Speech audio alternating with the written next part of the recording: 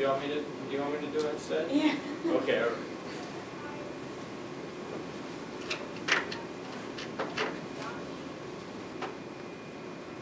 How would we infer the existence of these other sources if all we had were Mark, Matthew, and Luke? So they had to come from somewhere. They weren't obviously around during the same time. Presumably it had to come from somewhere, right? We just posit the existence of a source just because it had to come from somewhere. But why? How would you infer that Q existed on the basis of this? If I had Mark, Matthew, and Luke, how could I look at those three and know that they shared a source? Because all three of them have the same piece of information. Ah, but they don't all three have all the same information.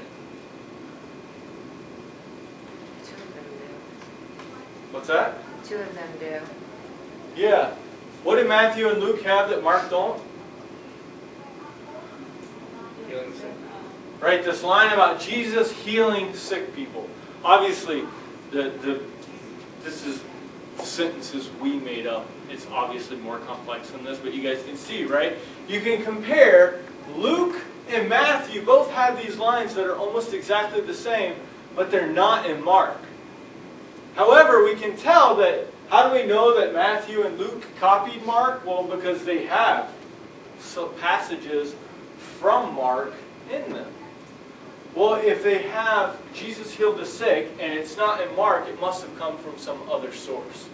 So the idea is that scholars looked at Mark, Matthew, and Luke and they're like, oh man, this seems very similar to this.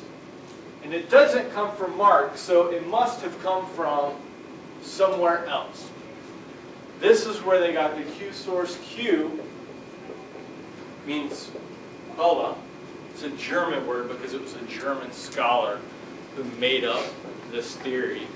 Does anybody guess what Quella means in German? Anybody study German in high school? Maybe like what? Or It's a good guess. It's not it. It's pretty dumb. Like, it's pretty basic.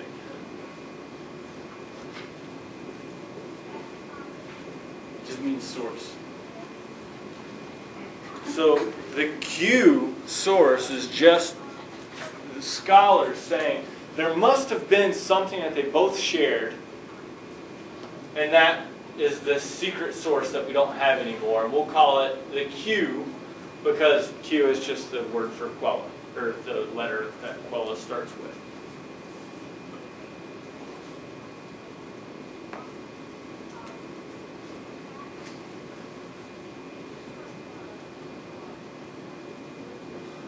Just to do it in diagram form, and this is temporally moving this way, this is time.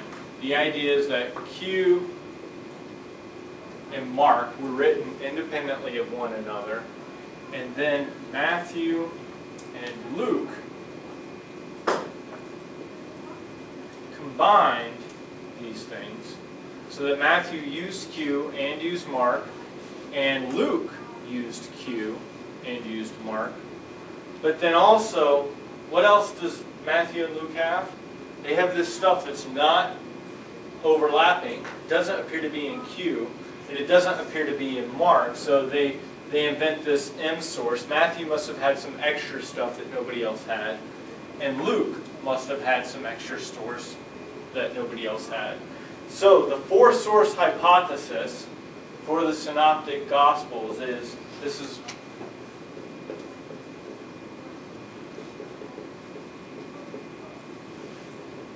called the four-source hypothesis. The four sources behind the Synoptic Gospels were the M source, the Q source, the Mark source, and the L source. Mark combined these three, and Luke combined those three.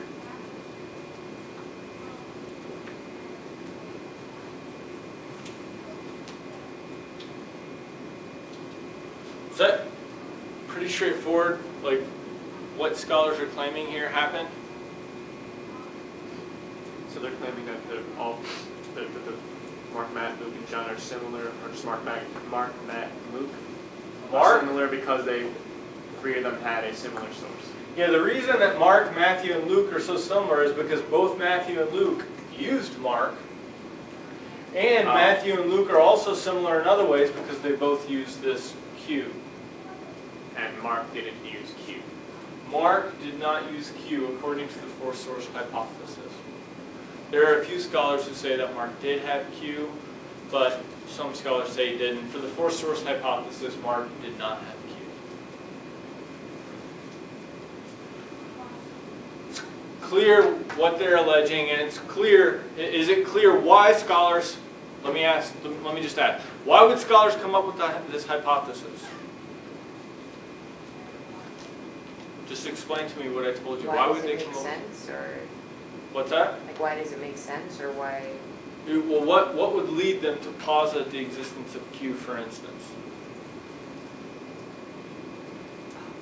Because they both have information that was the same but found from like the Q. They both have certain information. Yeah, whenever scholars see Yeah. something that, well, Matthew and Luke both have this story, or this saying, or this paragraph, and it's not in Mark, so they must have gotten it from some source that they shared. And that's just within the Q. Yeah, exactly. Is that what you were going to say? Well, I was going to say Q could be someone really important that you don't know about, or another book that was, like, I don't know, lost, I don't know. Yes. I mean, the best explanation that scholars have is that Q was a written document that we just don't have any copies of anymore. That the only reason why we would suspect it is because these guys must have used it.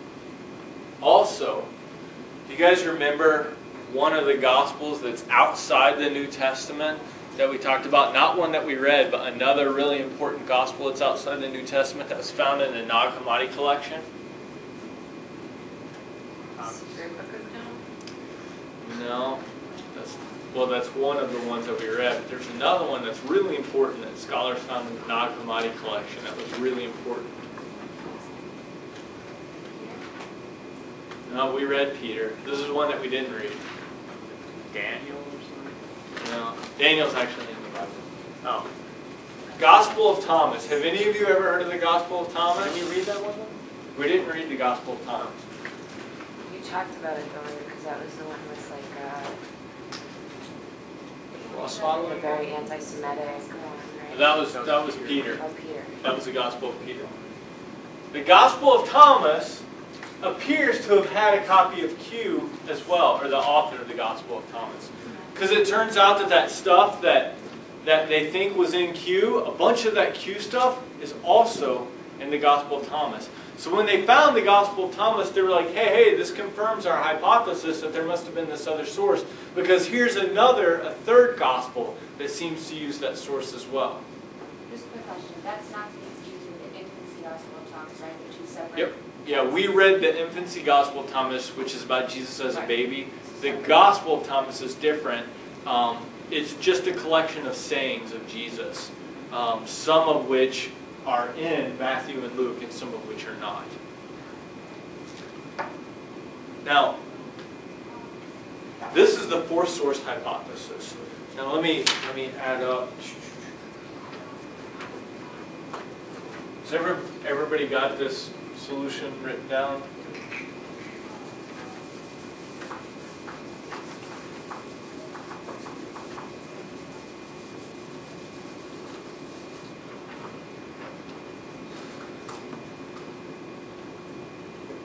Some evidence that supports it.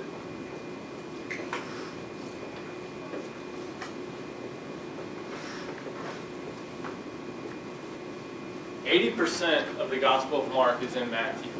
If you look at the lines in the Gospel of Mark, and then you compare it to Matthew, Matthew's got 80% of Mark in that.